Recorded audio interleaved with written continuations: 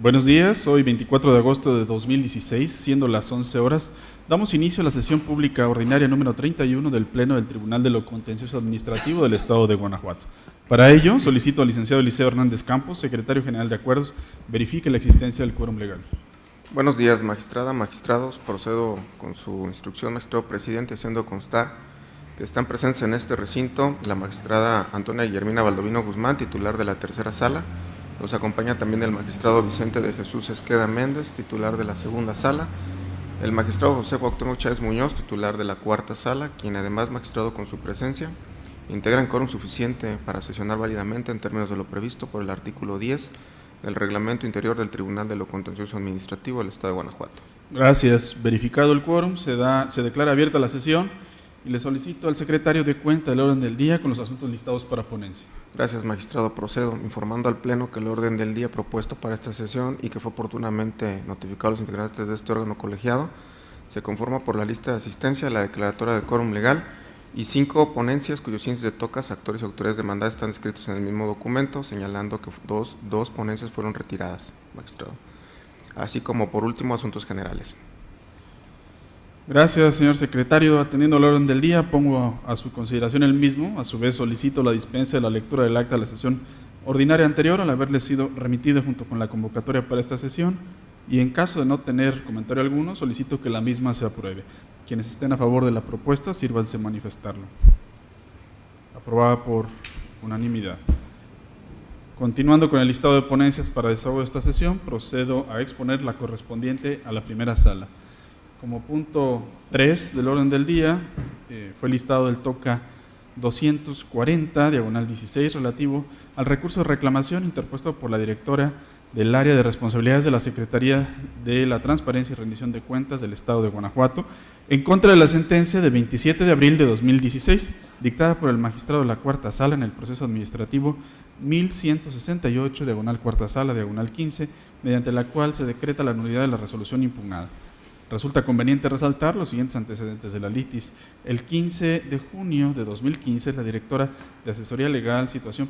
Patrimonial y Responsabilidades de la Secretaría de Transparencia y Rendición de Cuentas impuso a un servidor público la sanción de suspensión para desempeñarse en el servicio público por 5 días sin goce de sueldo. El 8 de agosto de 2015, el servidor público sancionado se apersonó a este tribunal a demandar la nulidad de la resolución por la que se le impuso la sanción de referencia.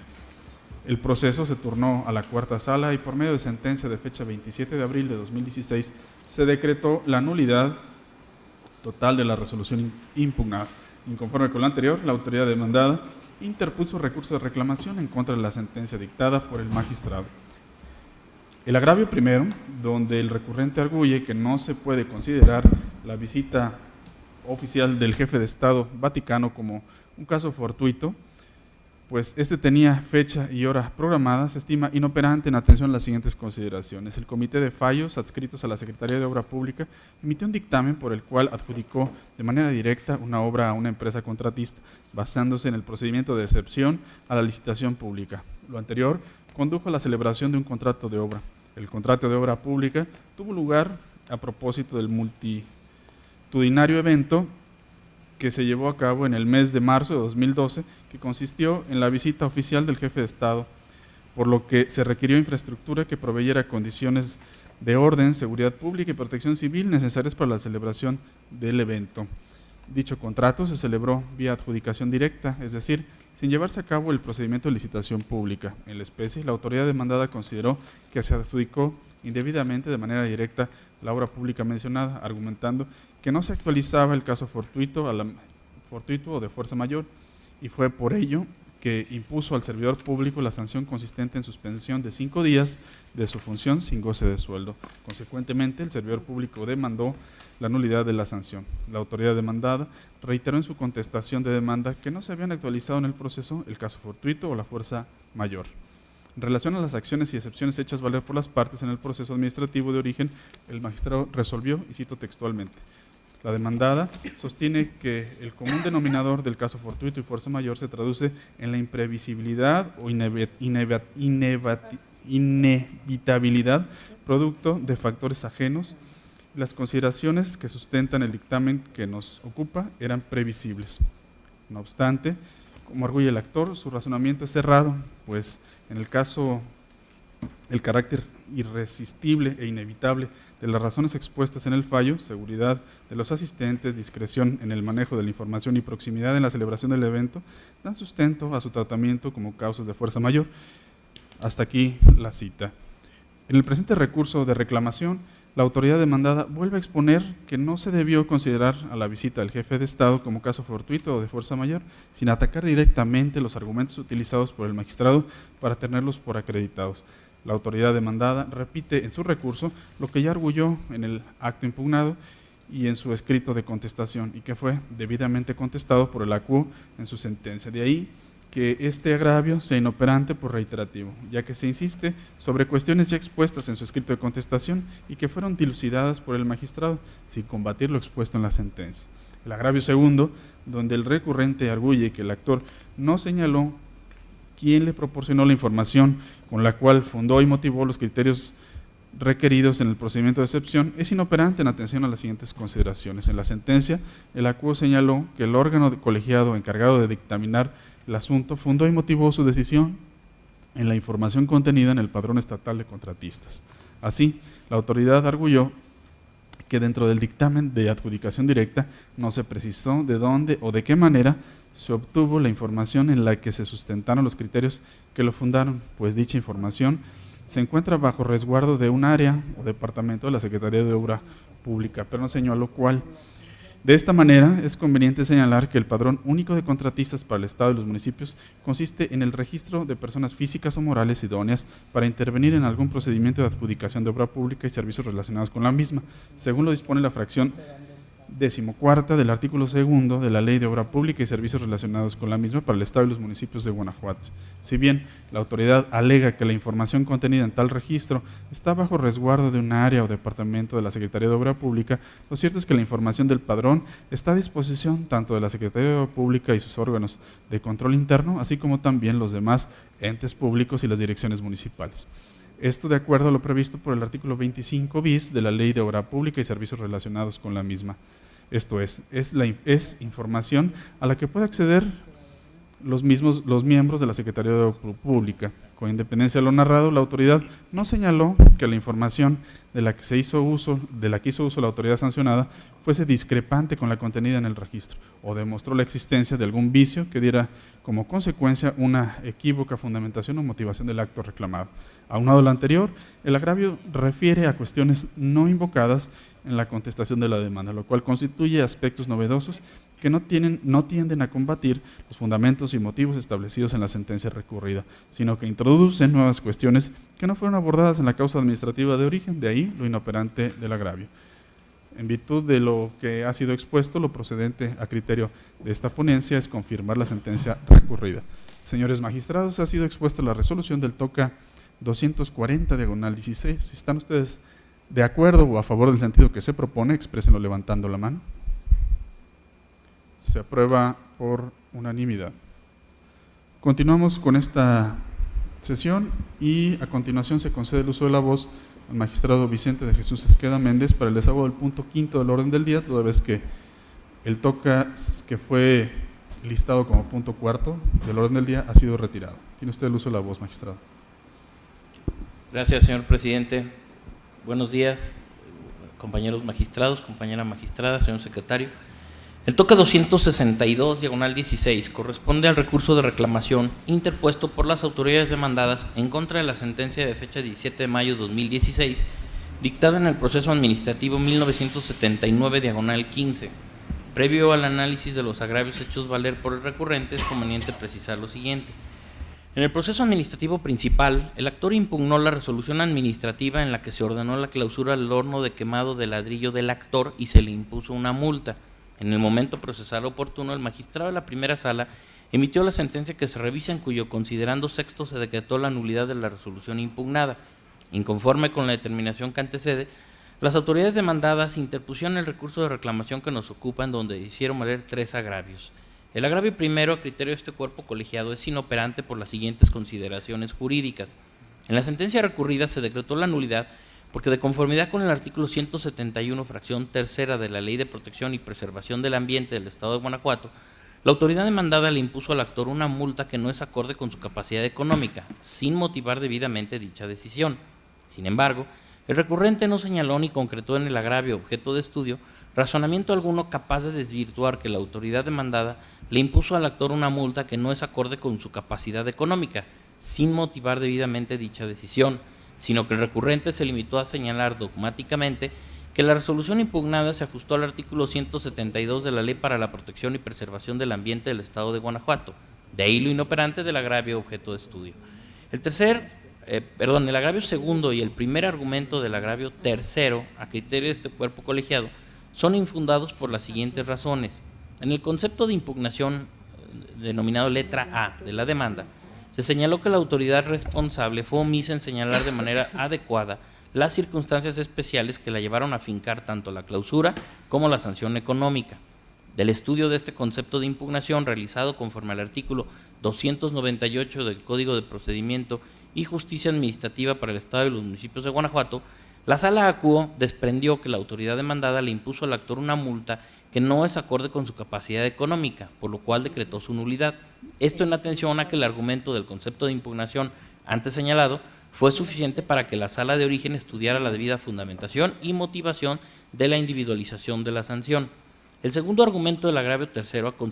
consideración de este Pleno, es infundado por las siguientes razones. En la sentencia recurrida, se decretó la nulidad porque la autoridad demandada le impuso al actor una multa que no es acorde con su capacidad económica, mas no porque el actor no haya incurrido en la ilegalidad que se le reprocha, de ahí lo infundado del argumento objeto de estudio. El tercer argumento del agravio tercero, a juicio de este tribunal en pleno, es fundado pero inoperante por las siguientes razones. Es fundado porque efectivamente, conforme a la tesis citada en dicho agravio, la Sala acuó debió dictar una nulidad para efectos. Sin embargo, es inoperante porque la nulidad decretada en la sentencia recurrida no varía la situación jurídica de las partes del presente proceso, ya que en la sentencia recurrida no se entró al estudio del fondo de la infracción, sino que se decretó la nulidad exclusivamente de la individualización de la sanción, porque ésta no se realizó según la forma legal. En las narradas circunstancias, no era necesario que la Sala acuó decretara la nulidad para efectos, ya que cuando se decreta la nulidad por violaciones formales, como en el presente caso,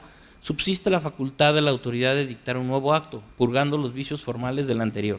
De ahí lo inoperante del argumento objeto de estudio. Así las cosas, ante lo inoperante e infundado de los agravios hechos valer, se propone confirmar la sentencia que se revisa. Señores magistrados, ha sido expuesta la resolución del TOCA 262, diagonal 16. Si están ustedes a favor del sentido propuesto, exprésenlo levantando la mano. Se aprueba por unanimidad. Continuamos con esta sesión y se concede el uso de la voz a la magistrada Guillermina Baldovino Guzmán para el desahogo del punto séptimo del orden del día, toda vez que el punto sexto fue retirado. Gracias, presidente. Buenos días, compañeros magistrados, señor secretario general.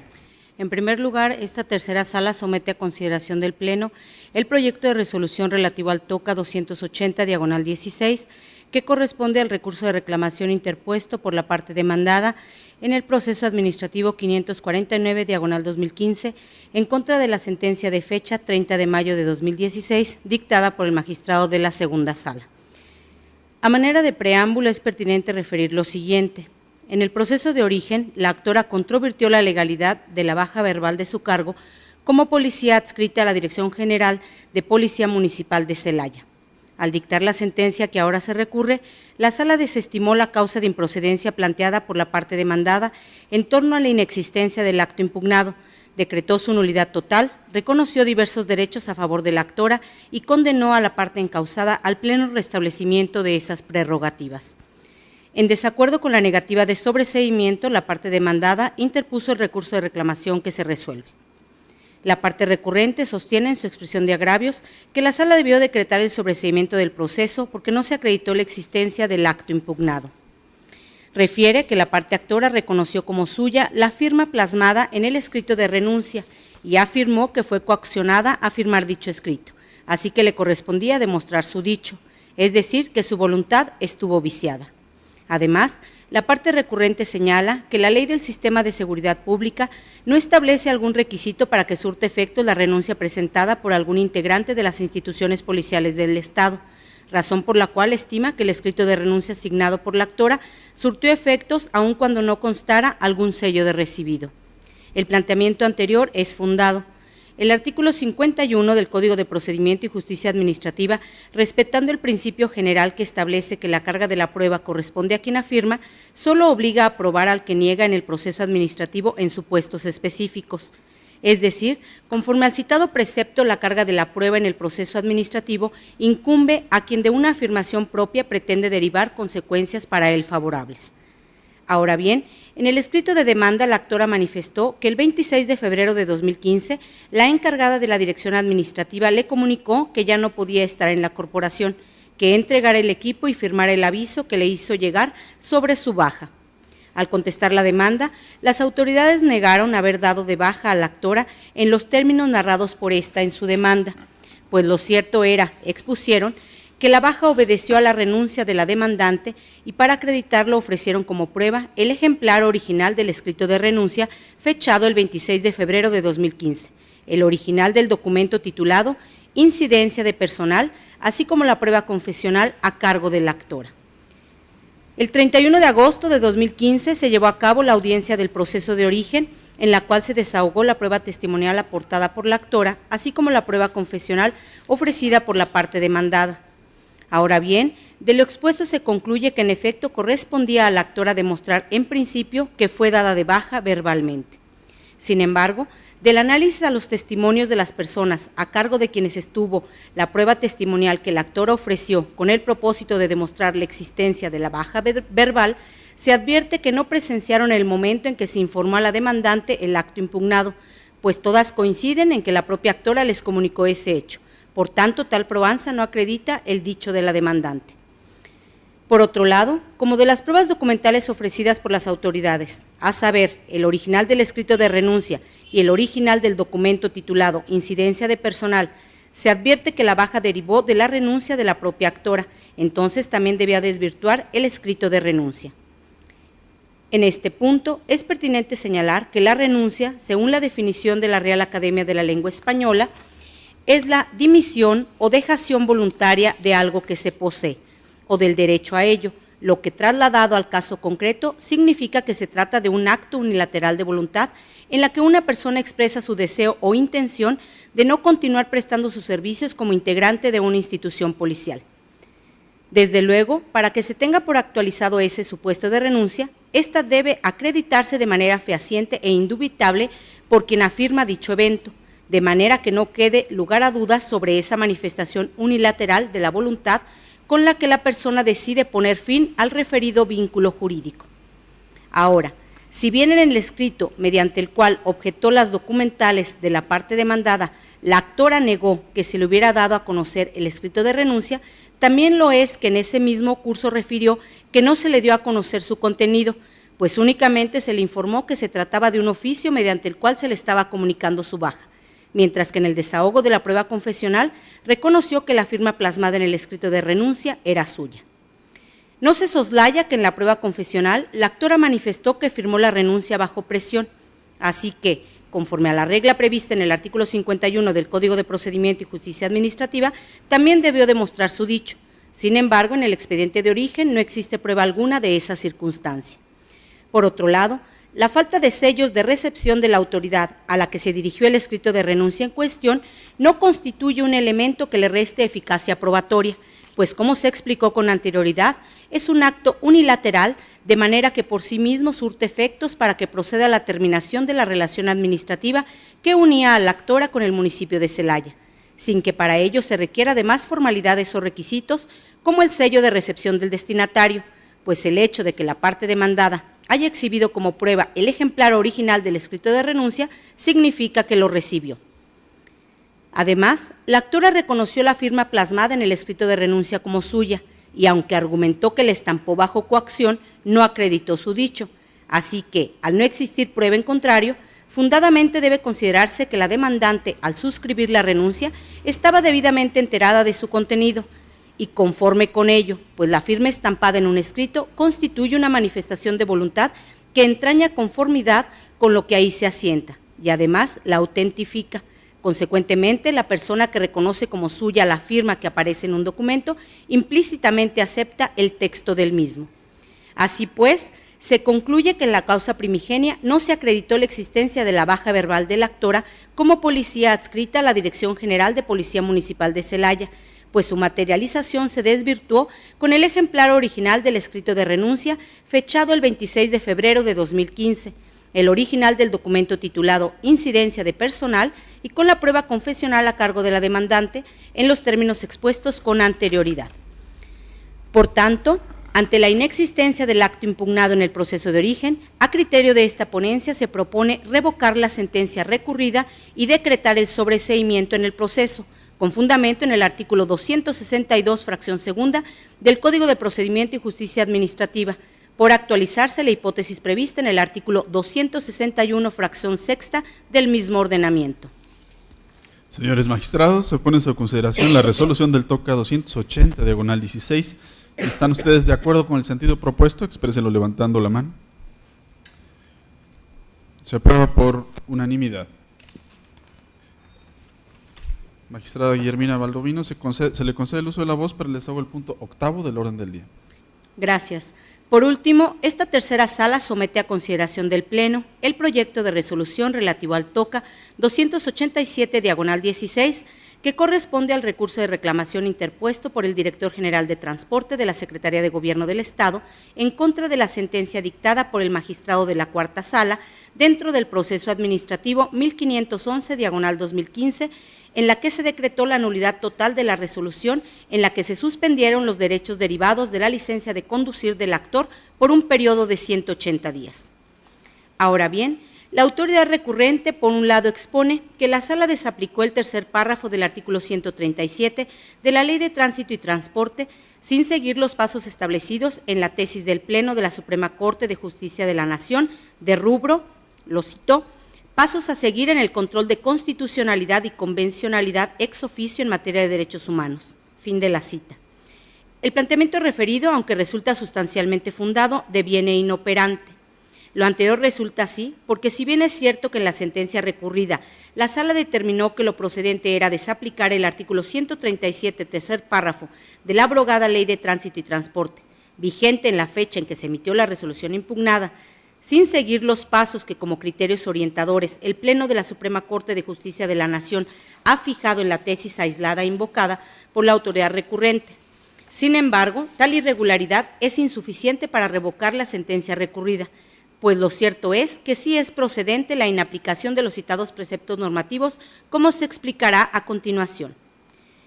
El artículo 22 de la Constitución Federal prohíbe la imposición de penas o sanciones fijas, debiéndose entender como sanción fija aquella que no contempla un parámetro máximo y mínimo, de tal suerte que se impondría la misma sanción a cualquier individuo que se ubique en el supuesto, independientemente de su situación personal y de las circunstancias que concurran en la infracción. Ahora bien, no es posible realizar una interpretación del párrafo tercero del artículo 137 de la abrogada Ley de Tránsito y Transporte conforme con el derecho humano previsto por el artículo 22 de nuestra ley fundamental, ya que aquella hipótesis normativa no admite elemento alguno que permita a la autoridad apreciar las circunstancias atingentes a la infracción que valora. Luego, como el derecho humano consagrado en el artículo 22 de nuestra Carta Magna dispone que la sanción que se imponga a cada individuo sea acorde a sus circunstancias, entonces evidente resulta que no existe armonía entre el artículo 137 de la Ley de Tránsito y Transporte y el referido precepto constitucional. No se soslaya que el citado artículo 137 establece la hipótesis del infractor reincidente, al que se le da una sanción diversa, pero incluso para este infractor se contempla también una sanción fija, a saber, arresto por 36 horas y 3 años sin poder adquirir la licencia de conducir que le ha sido cancelada. Tampoco es viable una interpretación en sentido estricto del numeral de la hipótesis normativa en comento, ya que su análisis y aplicación, a la luz de los métodos de interpretación previstos en el artículo 2 del Código de Procedimiento y Justicia Administrativa, no provoca diversas interpretaciones, entre las cuales pueda preferirse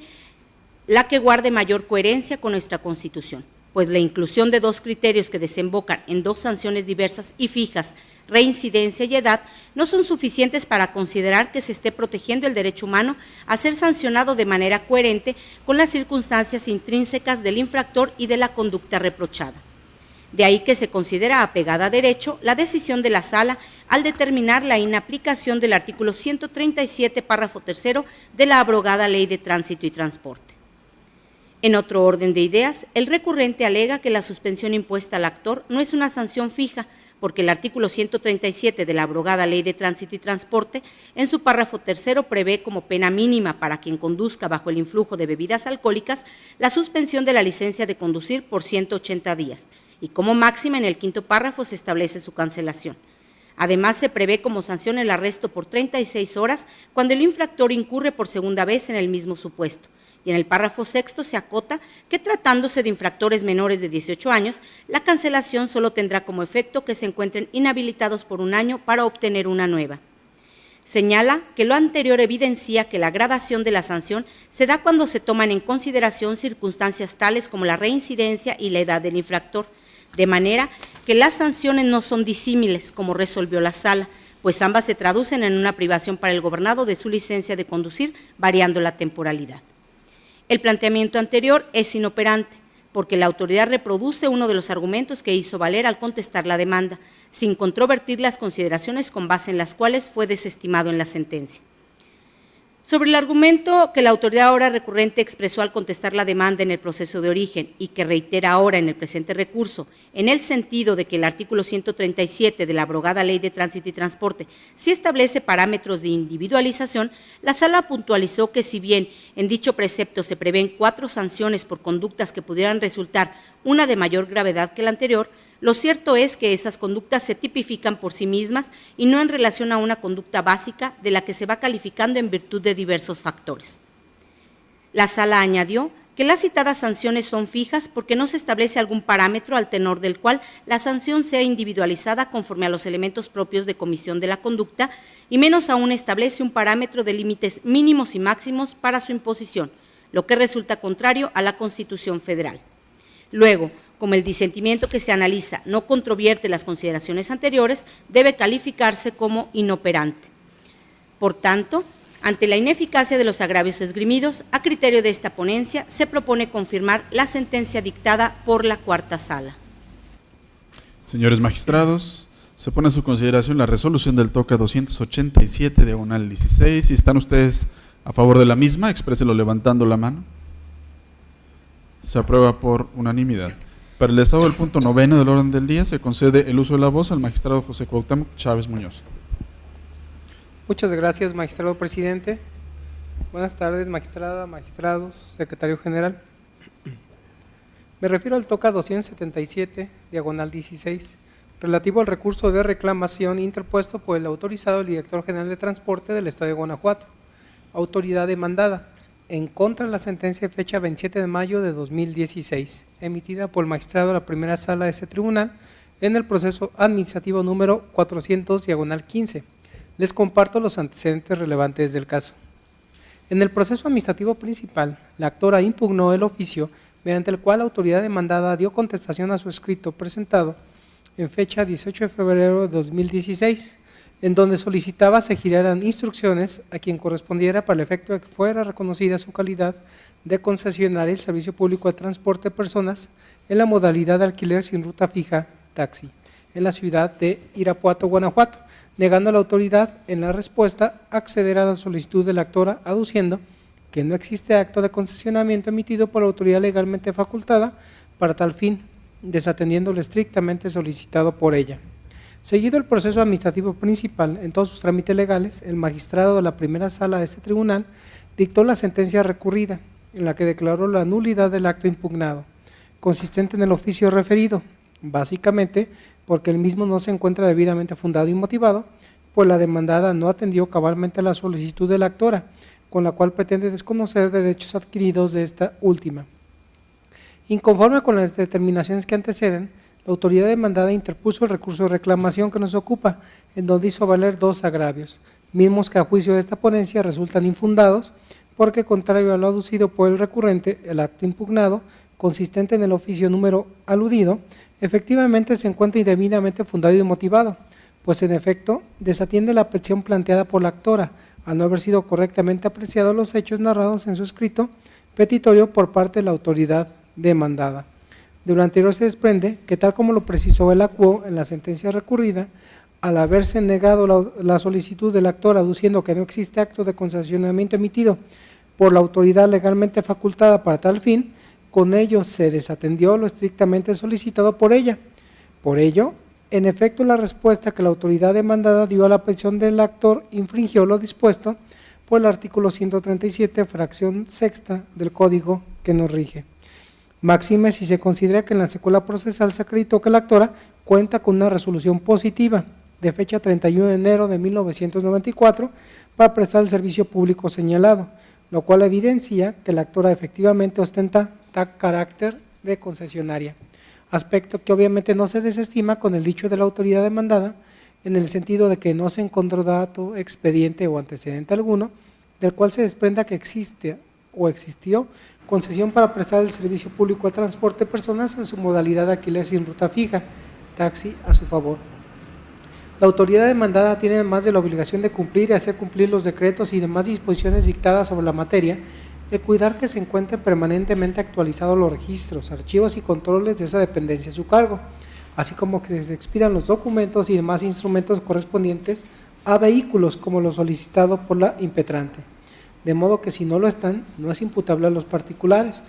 ya que la responsabilidad de tales faltas recae en la propia autoridad obligada a acatar la ley, y por ende no es legal que la falta de ello se le impute a la actora del proceso de origen.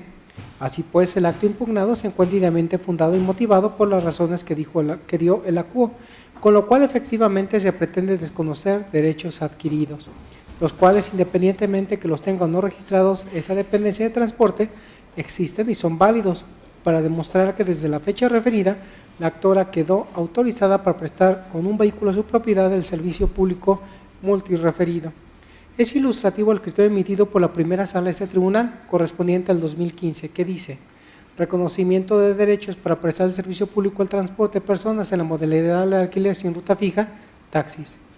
Consecuentemente, al no existir disposición alguna en la ley que autoriza a la demandada a desconocer el carácter de concesionario de la actora, ello equivale a refutar por sí lo que sus superiores jerárquicos ya decidieron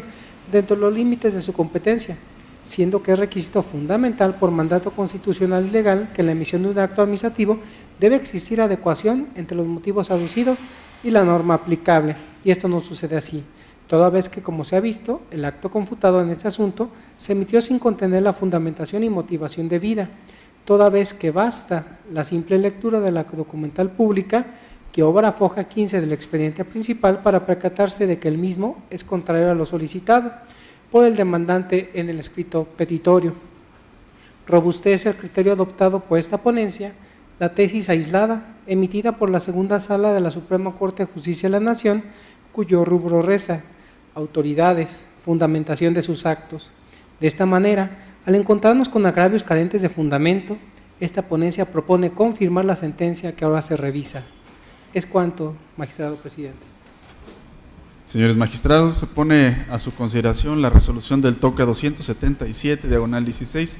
Si están ustedes a favor del sentido que se propone, exprésenlo levantando la mano. Se aprueba por unanimidad. Para agotar el punto 10º del orden del día, se le solicita al señor secretario de cuenta a este pleno con los asuntos generales. Gracias, magistrado presidente, y procedo en sus términos. Como primer asunto general, se somete a consideración del pleno el escrito presentado por la licenciada Antonia Guillermina Baldovino Guzmán, magistrada de la tercera sala de este tribunal, mediante el cual se excusa el conocimiento del proceso administrativo 869, diagonal 16, que por turno le correspondía, en virtud de que uno de los licenciados en Derecho autorizados por la autoridad demandada en el proceso administrativo en comento es su pariente civil por afinidad, encontrándose impedida para conocer de dicho asunto, con base en lo dispuesto por el artículo 29, fracción segunda del Código de Procedimiento y Justicia Administrativa para el Estado y los municipios de Guanajuato. En atención a ello y de no tener otra disposición en contrario por el Pleno, y con base en el acuerdo general aprobado por este Pleno, el 8 de enero del año en curso, con fundamento en el artículo 16, fracción tercera de la Ley Orgánica de nuestro Tribunal, derivado de la excusa presentada también por la propia magistrada en aquella ocasión, se informa que el proceso administrativo será reasignado al magistrado que por turno corresponda, siguiendo el orden cronológico de remisión y sucesivo de orden numérico por sala, con la salvedad de que en caso de que sobreviniera algún otro asunto en las mismas circunstancias, este también será turnado en las mismas condiciones. Magistrados, ¿tienen algún comentario o observación sobre la excusa presentada por la magistrada? No habiendo comentario alguno, se somete a votación la propuesta de acuerdo. Si están ustedes a favor de la misma, exprésenlo levantando la mano. Se aprueba por unanimidad. Adelante, señor secretario. Gracias, magistrado. Como segundo asunto general y en atención a que mediante acuerdo de fecha 14 de diciembre de 2015 fue aprobado el calendario oficial de labores 2016, en el cual se declaró como día inhábil el 9 de septiembre de 2016 con motivo de la conmemoración del 29 aniversario del tribunal. Derivado de tal circunstancia, ahora se somete a consideración del Pleno habilitar el día mencionado y en su lugar inhabilitar el día 23 de septiembre con miras a celebrar el aniversario del tribunal en nueva fecha, por así convenir a los intereses de esta institución. Magistrados, ¿tienen algún comentario o observación sobre el cambio de día inhábil del día 9 al 23 de septiembre de esta anualidad? Bien, no, entonces se somete a votación. Si están ustedes de acuerdo, exprésenlo levantando la mano. Se aprueba por unanimidad. Adelante, señor secretario. Gracias, magistrado. Como tercer asunto general y con relación al segundo punto de los asuntos generales de la sesión ordinaria número 30, se informa al Pleno con respecto a las múltiples excitativas de justicia que inciden en cada una de las salas de este tribunal, que las mismas fueron acordadas y notificadas a las partes. Por lo tanto, las salas rindieron oportunamente el informe sobre la materia de las mismas, determinándose en su mayoría improcedentes, en razón de que no se actualizó la hipótesis de procedencia. Sin embargo, en ese sentido también debe pronunciarse respecto a los expedientes 197 diagonal 15, 232 diagonal 15, 491 diagonal 15, 228 diagonal 15, 340 diagonal 15 y 192 diagonal 15, los cuales han quedado sin materia al haberse emitido la sentencia correspondiente y estar en vías de notificación. Lo anterior con fundamento en lo previsto por los artículos 315, 316 y 318 del Código de Procedimiento y Justicia Administrativa para el Estado y los municipios de Guanajuato. Bien, señores magistrados, ¿tienen algún comentario o observación sobre este punto?